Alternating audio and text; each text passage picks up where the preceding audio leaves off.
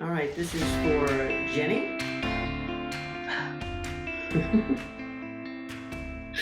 Welcome, everybody, to Outside the Box Conversations. And one of my favorite things to do is have people back on the show because we had such a great show with Kaitlyn Tucker last time. And Kaitlyn, I just want to thank you so much for being here again. I know you're taking time out of your day to talk to me. So thank you. How you doing this morning? I am happy to be here. I love just talking about anything nutrition and health related. So I'm glad to continue that conversation. Well, I'm super excited about it. I know we talked a little bit before we hit record, and we've got some really cool topics. But before we get into that, just tell us a little bit about Focused Integrative Centers in Knoxville and kind of what you do. Absolutely. So, Focus Integrative Centers is a multidisciplinary treatment center. So, we have nutritionists, dietitians, therapists, and psychologists. And so, we really believe in whole treatment care. So, we want to heal the whole person from the inside out in a lot of ways. And we treat we have a program for eating disorders specifically, but we all do our own practices of different areas. And myself, being a dietitian, I do a lot of different areas of nutrition, outpatient, and I see a lot of different mental health issues in their therapy practices. So very Out cool. of curiosity, it seems like you have like such a fascinating day. What's your favorite part of your practice? Like what sort of things you really enjoy the most or kind of geek out on the most? So I love, and I just had a new client yesterday. I love meeting new people, Okay. specifically people that kind of have a similar story that I did. That this person was an athlete in college, but kind of just took their relationship with food to an unhealthy place and a disordered place, and sees that they want to change it, but they don't know how, and they're afraid. And those are the moments where I'm just like, "Let's go, we can do this." Like we can work together and work this out. So that's my favorite part is knowing that my story, my situation, and my education can help this person do what it took me really long time to do. So What with that situation? Because I can see, being an athlete myself, like I know how we can get there. mhm. How do you notice it? Do you find that a lot of the athletes you see did it take them forever to realize that maybe they were having some unhealthy behaviors with good intentions? We're trying to be Yeah. fit, we're trying to perform at our best, but Mhm. sometimes like you said, that can lead to overdoing it. Like as an athlete, as somebody who works out a lot, how do you notice when maybe you're going too far? Yeah, well, I think it's confusing for a lot of people because they're hearing the message that, oh, you're so disciplined, oh, you work so hard, and it's a good thing until it's a bad thing.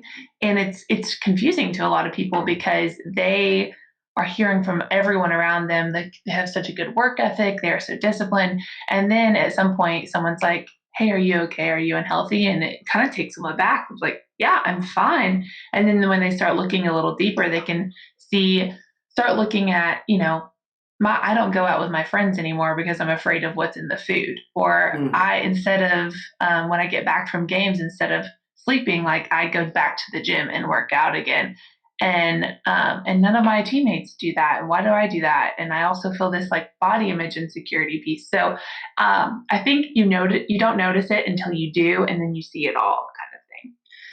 Because I mean, even when you were describing that in my head, I'm thinking, man, that just sounds like somebody who is extremely dedicated.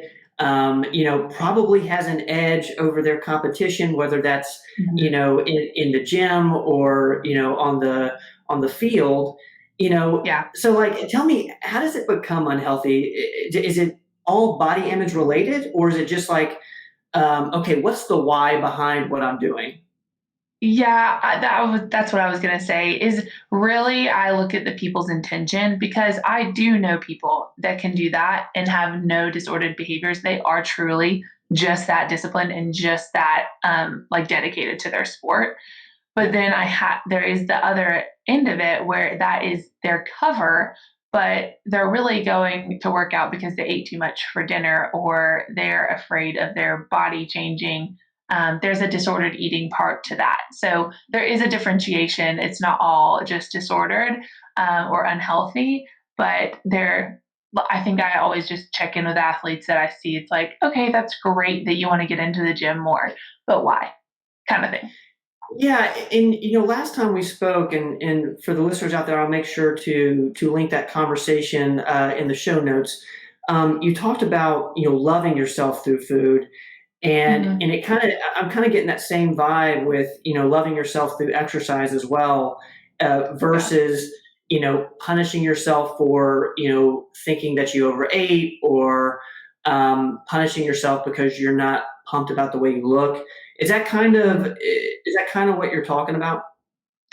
Yeah, I think in a way it is. I think it translates differently with movement. It's kind of the same thing. It's like you can punish yourself with movement. And I think if you've had an athletic background at all, or if you're competitive in athletics as an adult, there's an element of like you you always punish yourself if you mess up. Like you run suicides if you miss a layup. You know what I mean? So there's a level of that. Built into us of like, oh, I didn't play well or I didn't perform well. So now I need to like kill myself in the gym the next day. And I think the same part of it that goes with the food is that grace piece of like, were you intentionally trying to play bad? No. Could you also work on these skills? Yes. But do you need to like make like potentially injure yourself by overworking yourself to do it? No. So what's the balance there? Yeah, and I actually think there's a difference between, because I don't know if punishing yourself is the right phrase that I use, because I think there's a huge difference between punishing yourself versus, there's consequences. Like when you said Yeah. suicides, every time that I've ran suicide, it was a consequence for something, and Yes. and uh, Yeah. and I think that's is supposed to lead to good behavior. So Mhm. it's all it just I'm hearing a lot of it's balance from you. It Like is. you've got to keep things in check. So as ambitious people with our health, ambitious people with our bodies, how do we maintain balance, Caitlin? Like how do we keep things in check? I think it's a lot of introspective work of like a lot of what's your intention with what you're doing and seeing if you're being really rigid in what you're doing, like your behaviors and how you're approaching things that you're passionate about. Because there's so many things in life, not just food and exercise, that we can take to extremes. And Oh, yeah. also knowing that if you're a person that takes things to extremes, because there's a lot of people that are just I say that they're like naturally intuitive and they're pretty naturally introspective where they're like, I can tell I'm taking this too far. I'm just going to put this down because it's becoming obsessive. But my personality, and I feel like like type A perfectionistic personalities take things to extremes. So if you know that that's your bent, I think again, that takes some intuition and some looking deeper into your motives and stuff to know that. But yeah, just a constant check in with your intentions behind what it is you're doing, whether it's food, whether it's your sport, whether it's your profession, just anything. What do you think about like cheat days? Because when you said that you're a perfectionist kind of type A personality, I can see if we put that within the constraint of food, then Hmm. we're probably taking in the least amount of calories possible. We're making sure we don't ever eat a pizza or anything like that. Do you, Hmm. in your practice, do you use like cheat days intentionally to kind of keep balance, keep things in check? Yeah, that's a good question. I personally don't use cheat days as much. If that's a part of someone's routine and it's not causing them any issues with taking like those cheat days turning into binges or like Mm, really yeah. unhealthy behaviors, then they can keep those. I'm not going to change everything they do, but I have seen it become more problematic in more people than maybe helpful, just because it does insinuate that 6 days out of the week, I have to eat good, and then one day I can eat bad. And what I found is more helpful is having those bad, quote unquote, foods in moderation, like throughout the week. And you feel like you feel less of a desire to eat the whole cake on Sunday when you're cheating on your cheat day, because it kind of gives your brain like, oh, I'm not going to be able to have this again for a long time, so I better eat it all. Um, our brain, I feel like, works better when it knows that, you know what, this cake is going to be here tomorrow. I can have a small piece and enjoy it, and knowing that I can have another piece tomorrow makes me more apt to eat in moderation. Yeah, it's kind of wild because I'm sure you remember this as well, but like in college, especially in the student athlete world, what I noticed was, we couldn't go out like most of the students were. So we didn't Mhm. we weren't able to drink, on a Tuesday before a Yeah. game. And what would happen is a lot of these student athletes, if they got one day off, they would drink a whole lot, and it would lead to like Yeah. binge drinking. And Hmm. I think that I'm sure you've seen that, but that's like a real problem in college athletics because they have to be so disciplined, Yeah. for the majority of the week, the majority of the semester, and then when they get those 2 days in a row off, they can just go nuts, and Mhm. that can have a trickle effect as far as like the impact that has on that kid's life. Did you Yeah. see that? Is that something Yeah, it true? is. It is. And I think it's a twofold reasoning. It's oh, I'm going to like party hard because it's the only time I can happening a lot. And that leading to consequences with not personally, but people I saw like DUIs, missing classes the next day, grades plummeting because they went too hard kind of thing. But the other reason I saw is there was a void that they were trying to fill in a sense when they were doing that of like I don't feel like I'm playing super well right now. So this feels like something that could numb me out from that, or relationship issues or school issues, whatever. So a lot of times, and I had a few of these conversations too with people that I saw doing that of, that going back to that questioning of why are you doing this? Like, what's your motive in drinking that much or going that hard with partying? And a lot of times it was, yes, we never get to, so why not now? And then the other part is like, I just want to numb out from my feelings, which can go back to food and exercise too, similar motives. Yeah, I'm a big believer in constraints and in like having rules. Mm-hmm. um but I'm also a believer in having some rewards, like you said, with the cheat Absolutely. days in moderation. Say Mm-hmm. you have a good workout, you reward yourself with a latte versus just a black coffee or something like Yeah. that. Like that's Mm-hmm. powerful stuff. Like It is. how can we use that? How can we use things like that versus going to the extreme and like you know what's the word? Like we're restrictive. We're so restrictive that as soon as the gates open, we just kind of go nuts because we Go think for it. it's limited, and there's just we only have a certain amount of time. Yeah, I think it's that again, multi layered answer. One, the base level, I always ask people if they're feeling like when they're surrounded by the foods that they don't let themselves eat on a normal basis, if they feel that propensity to go crazy, there's the level of either physical deprivation or mental deprivation going on throughout the week. And so I look at their calories throughout the week if they're eating enough, because there's a lot of misconceptions about how much we need to eat, like 900, 1200 calorie diets that are just not sustainable long term. And if people are not eating enough food throughout the week, that is one reason I see that happening. And then Hmm. so that's the physical deprivation. The mental deprivation is, I think, what I see and what you're talking about is I can't have it, I can't have it, I can't have it, I can't have it. And then all of a sudden when they're able to have it, it's like they can't stop.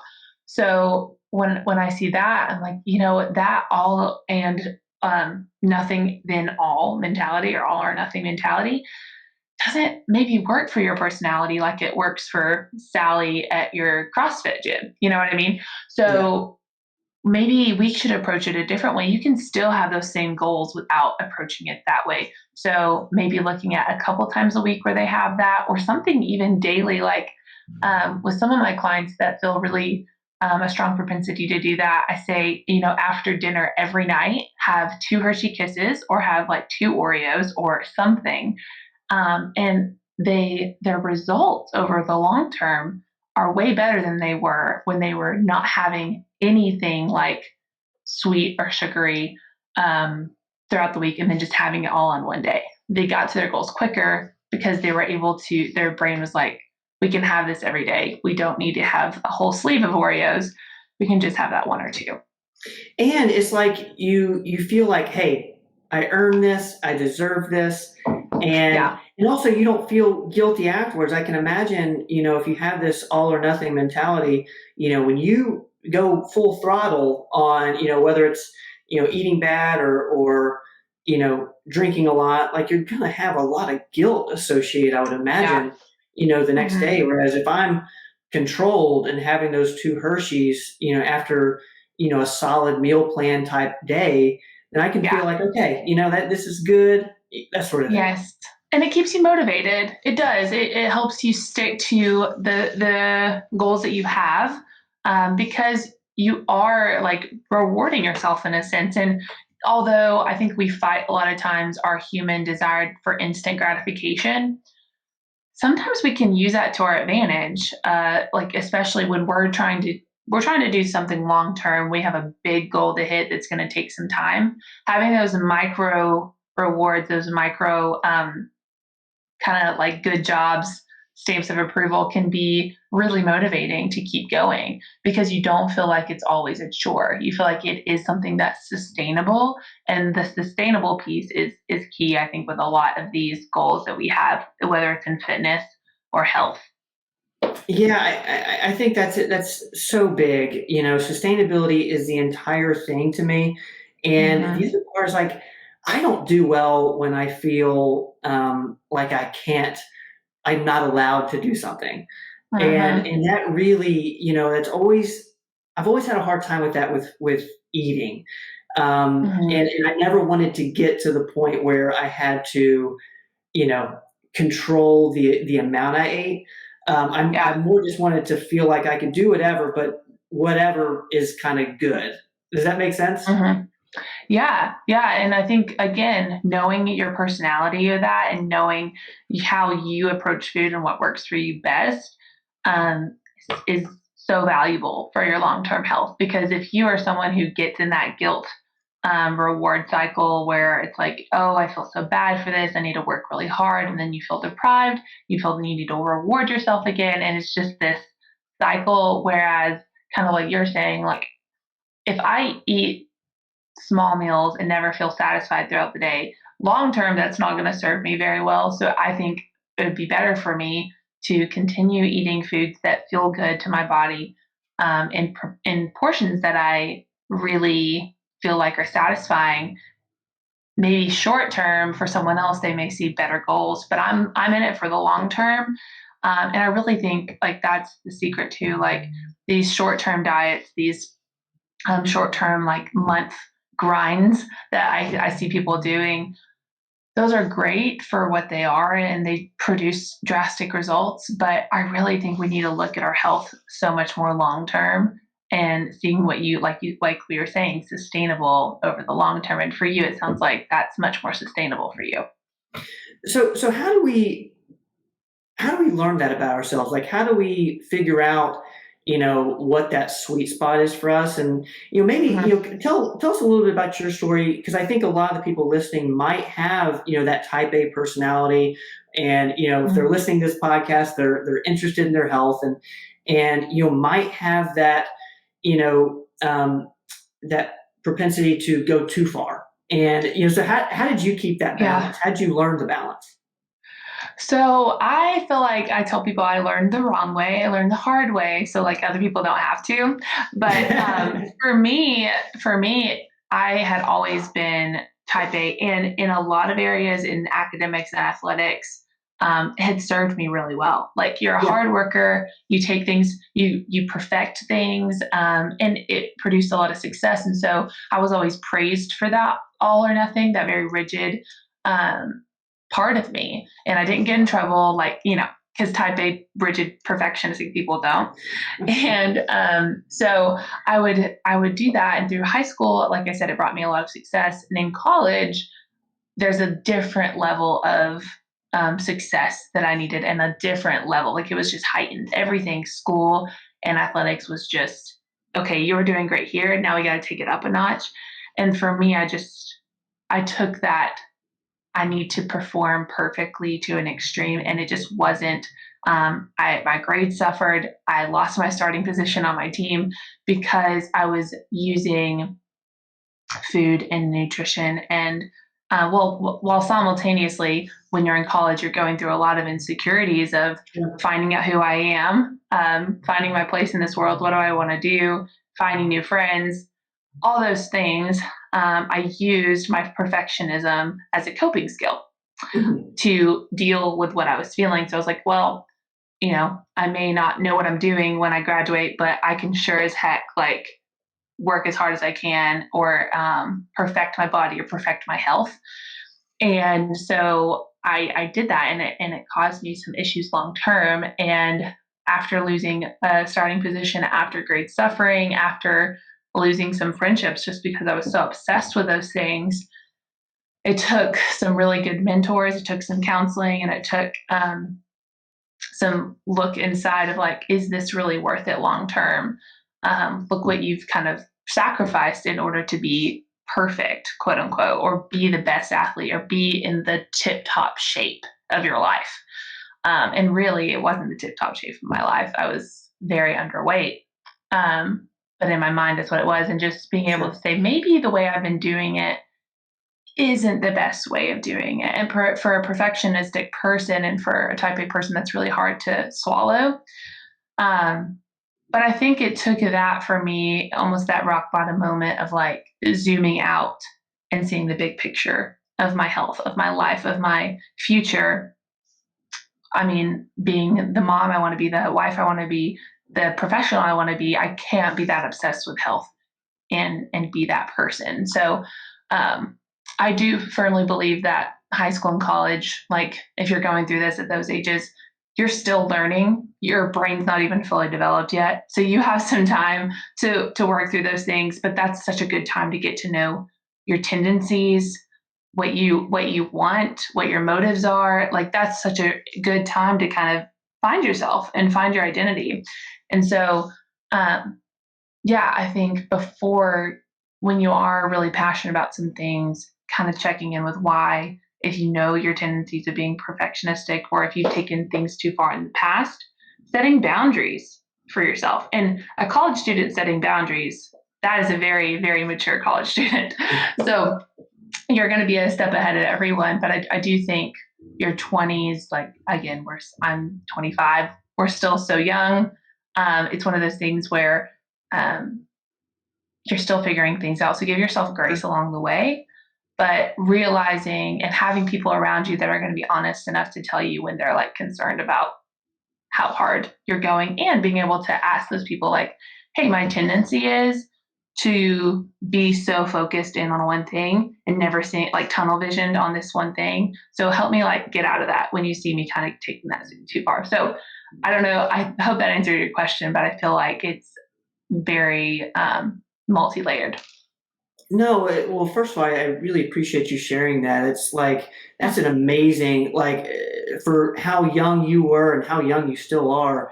Like, that's amazing that you were able to kind of take a hard look at yourself, like you said, pull back a little bit, which Mm-hmm. is really difficult to do. No matter what age you are, it's hard to Yeah. kind of get out of yourself a little bit and Mm-hmm. really see what's going on. And man, you're just going to be able to help so many people with that story. So thank you Uh-huh. for sharing that. Yeah. Thank you. Now I wonder, what about for the people who maybe lack the discipline? So, we talk a lot about, these very disciplined type A's. What Sure. about for the people who are really trying to find discipline in their life and in their health? What would you say to them? Yeah, so that is something that I've had to learn more about because obviously, by that story, I'm not that way. So, learning through other people that I have had in my practice or just in my personal life that do have those tendencies, you also, there's a part of you that needs to know, I have to have more structure or nothing's going to happen that I want it to happen. So, putting in, I don't say rules just as like, I know that's kind of semantics, but again, I think our brain does see rules as like you can do this and you can't do this. Yeah. So I usually just say like guidelines or boundaries for yourself, and just like, okay, I will move my body 3 to 4 times a week. I'm going to set alarms on that day, reminders for that day. I'm going to have a workout partner. So you're going to need to pull in your resources a little bit to help give you that structure. I think the best motivator is internal motivation, that intrinsic motivation. So, what are your goals? What do you want long term? And then kind of setting up boundaries and structures and systems to help you get there. So, if you feel like you're a type B person, but you want to run a half marathon in 4 or 5 months, get a plan. Set days you're going to do it. Have a workout partner, have an accountability partner. All those things, I think can be really beneficial for those people that know they want things, but they just don't think they have the motivation or systems or discipline to do it. So that's probably what I would say is like a broad level answer. But obviously, if we were going to be in a session together, we would look at more specifics. Yeah, I find that the whole dynamic of, there's two totally different types of personalities. There's lots of different types of personalities, and Yeah. we're all kind of after the same thing. We're wanting to be our healthiest self. We're wanting to Mhm. feel energized. We're wanting to, you know, look good, feel good, the whole gamut. We're wanting to be Yeah. able to, move and be athletic no matter how old we are, and it just seems like there's different ways to get there, which is what I'm hearing from you. It's like we're all different, Absolutely. and there's different approaches. Um, Mhm. I'm also hearing a lot of process from you, like focusing on the process versus focusing on I've got to be this weight, or I've got to lose this amount of pounds, or I've got to eat this much. Yeah. Can you speak a little bit to the process before we wrap up here? Yeah. Well, I think that is, yeah, probably the thing I preach the most, whether I've like said that verbally or not. I've seen way too many people, myself included, have an end goal in mind. And when we don't hit that specific number, if we don't hit that specific goal, then the process was worthless and we give up and we don't keep it up. And so for me, I think, we can have a long term end goal, but again, we have to use our humanity to our advantage in the sense of like, we as humans don't do well when there's like a far out goal. We need rhythms. We work really well with rhythms in our day. What can I Mhm. do daily that's going to help me get there eventually, not putting like too much time parameters on it? And what are going to be the things that short term that I can do, um, that I can see a result in? Because again, we need instant gratification. So for me, it's a lot of things, but that daily rhythm thing, like the things you can do daily that are sustainable and practical daily, that's the things that you're going to see the long term work for. If you have a broad goal and no specifics to get there, you're never going to get there. And it's kind of like, I mean, if you like put a pin on a map and you're just like, okay, get there, and no like highway systems or vehicles or any way to get there, it's impossible. So we have to kind of rein it in a little bit and see how we're going to get there. What are we going to do? What works for us? So I'd say if you do have broad long term goals, that's great. And I think we should have those. But I think zooming back in after you have that long term goal and just saying, okay, what can I do um, weekly? What can I do daily that's going to help me get there eventually? Not how fast can I get there? It's like how sustainably can I get there with these specific things?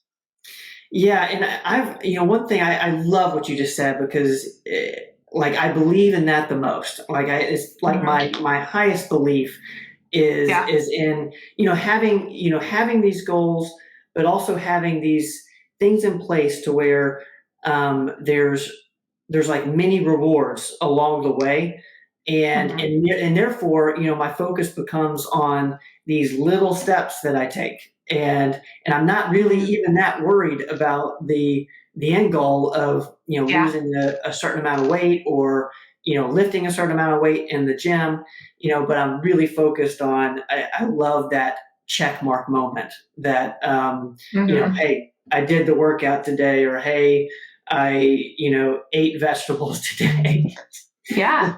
which shockingly is it's a big deal for me. Yeah. but Yeah. but It is for hey, a lot of people. it's the little things. But Definitely. okay, I want to go to one more thing before I let you go, because I want to be respectful of your time. Um, how do we? The one thing I can't quite figure out is, how do we not overtrain, in the sense that, because when I think of training, I think of good.